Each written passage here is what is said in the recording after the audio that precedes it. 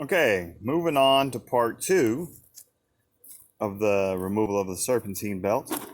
You're going to need a 15, I would get a ratchet wrench if you have one, because they're going to go here.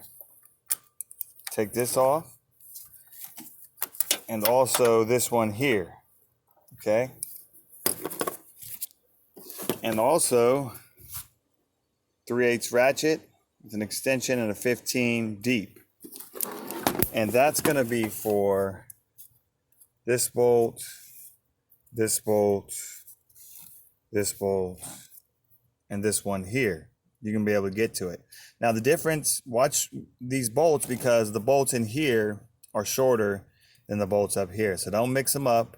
I don't even think you can put them in wrong because it won't let you. But watch on that. So then what we need to do is underneath, we get our jack, block of wood to support it, because we're going to be taking that mount off.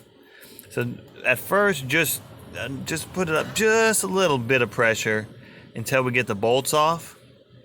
And then once you get all those bolts off, you raise it up another couple inches. Don't raise it too much, and always watch your wiring and hoses. And then you should be able to wiggle it out of there.